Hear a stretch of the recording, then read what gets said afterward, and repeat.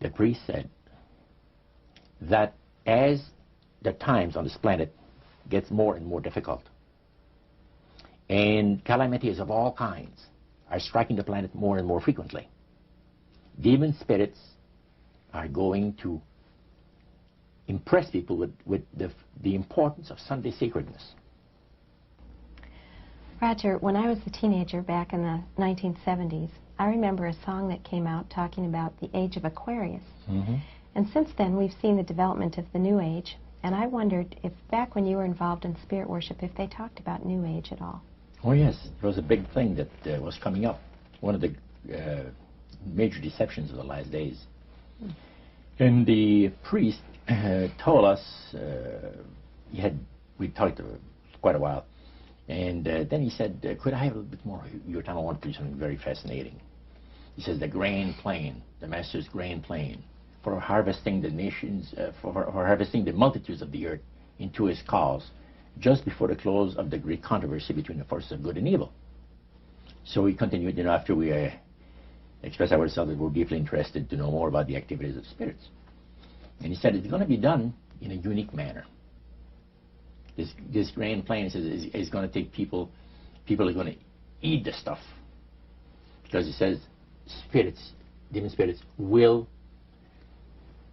declare themselves to be inhabitants of far distant planets in the galaxies that are coming to warn the inhabitants of planet Earth of the impending destruction of the planet unless something seriously proper is done to avoid it.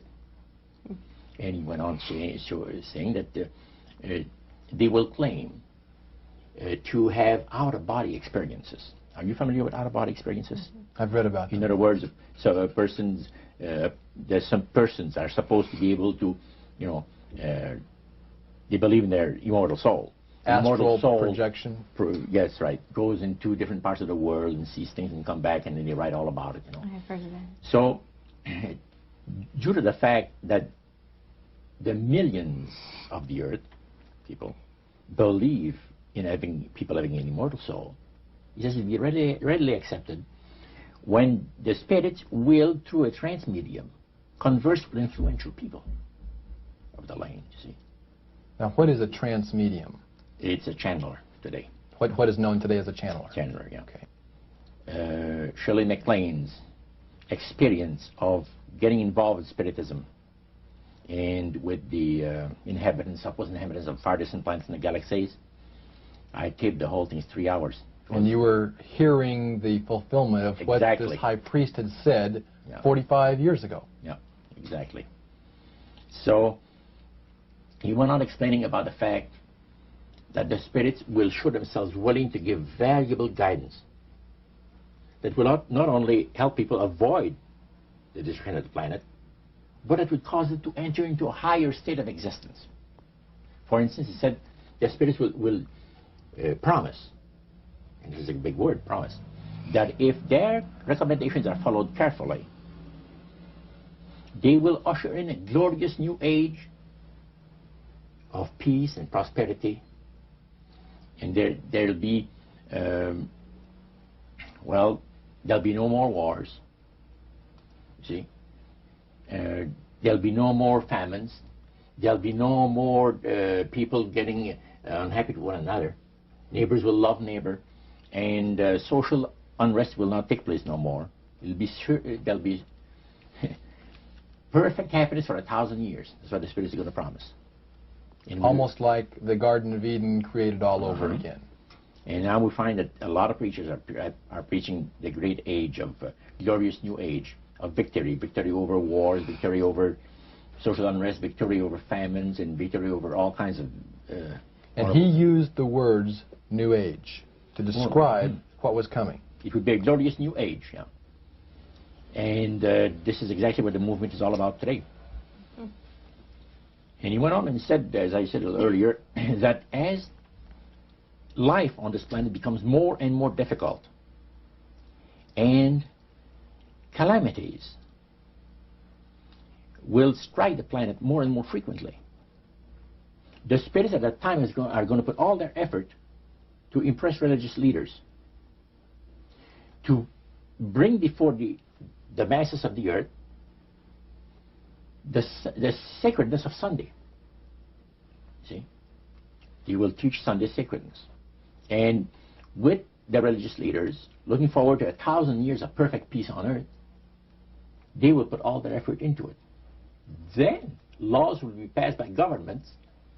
One person asked, what's going to happen about people that don't believe in the Spirit's recommendation? The priest says, that's no problem at all. Laws will be passed by governments that will force people to go along with it, regardless of whether they believe in it or not.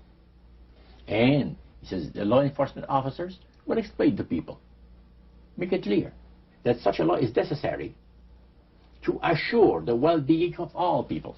He says the laws will be passed with no effort at all. And then he went on and he said about the fact that the venerability of the sun, which in ages past was such an irritant to the Creator.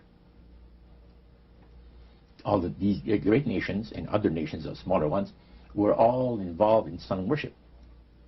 And in those centuries, the Creator found that teaching of worship of the sun to be a terrible irritant.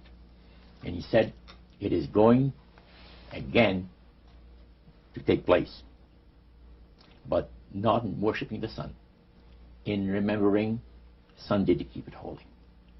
He made a statement I would never forget. He says, by the observance of the day upon which the master, Satan, has placed the unction of his authority and power, he receives homage, regardless of whom people claim to worship. Isn't that something? So, can you understand now why I had 28 Bible studies in 1 week and started to go to church on Sabbath? And I never missed since until I became sick. The issue of a day of worship came up in that meeting. Mm-hmm. Was Sunday the only day mentioned? Well, you see, the priest mentioned, yes, about the fact Satan has chosen Sunday as his day. The Creator has chosen the 7th day of the week. Lucifer has chosen to call his day the first day of the week, Sunday. You see? And regardless of what people claim to worship, worshiping God, the Creator, by observing that day, that particular day, they are bringing homage and respect